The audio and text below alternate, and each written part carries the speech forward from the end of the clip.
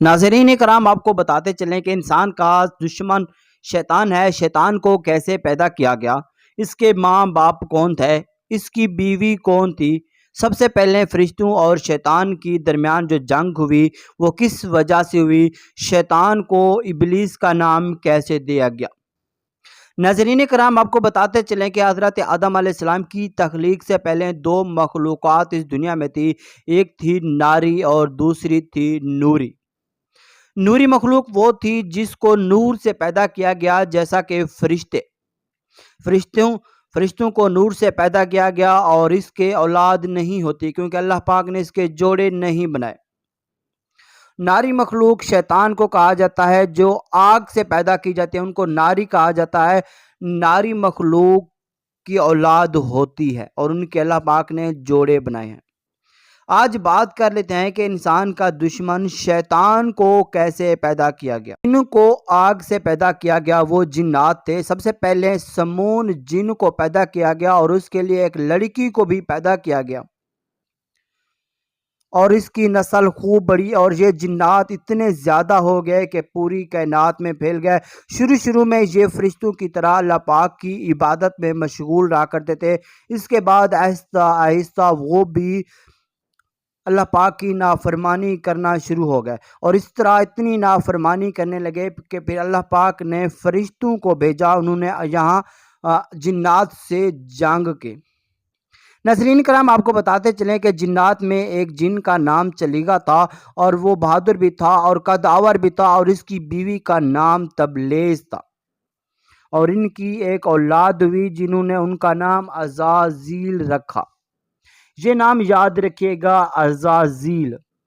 کہا جاتا ہے کہ حضرت آدم علیہ السلام سے 50,000 سال پہلے اس دنیا میں جنات تھے۔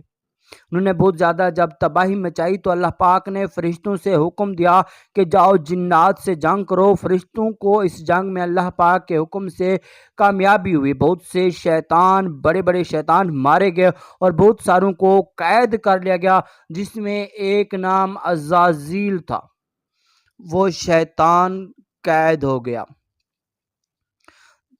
ناظرین، آپ کو بتاتے چلیں کہ اللہ پاک کے حکم سے فرشتوں کو کہا گیا کہ عزازیل کی تربیت کرو۔ پھر عزازیل کی تربیت کی گئی اور وہ اللہ پاک کے حکم سے عبادت گزار جن بن گیا اور اس کا ایک بہت بڑا مقام حاصل کر لیا گیا۔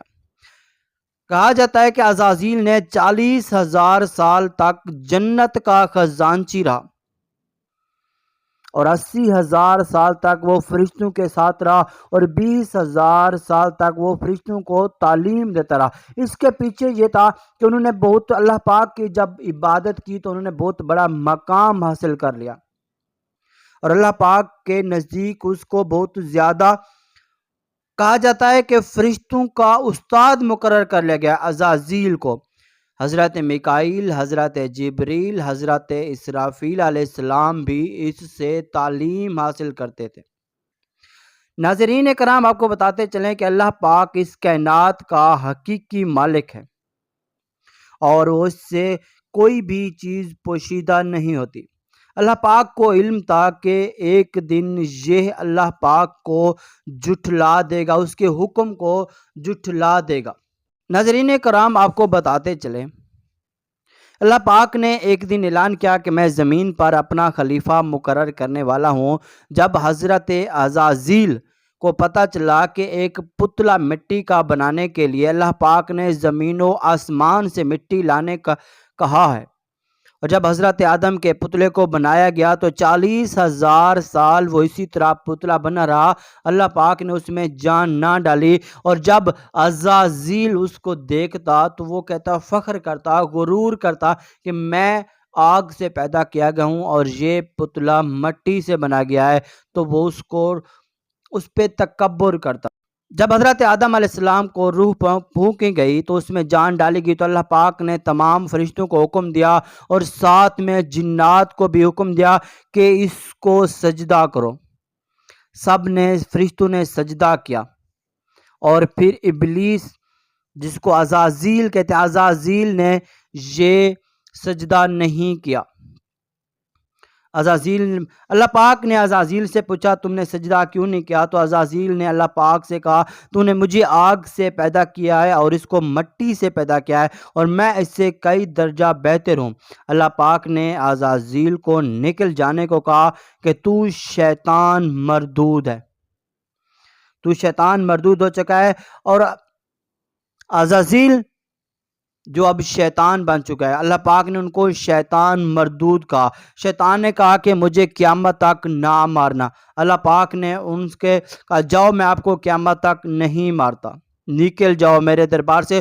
اور اللہ پاک کو کہنے لگا کہ میں زمین پر جو انسان تم بنا رہے ہو، جو انسان آپ بنا رہے ہو، میں اس کو ورگلاؤں گا، بھٹکاؤں گا، یہ آپ کی نافرمانی کریں گے۔ تو اللہ پاک نے فرمایا جب یہ مجھ سے معافی مانگیں گے تو میں ان کو معاف کر دوں گا۔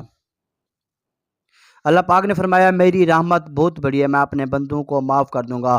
اور اس تکبر اور غرور کی وجہ سے عزازیل شیطان مردود بن گیا اور ہمیشہ ہمیشہ کے لیے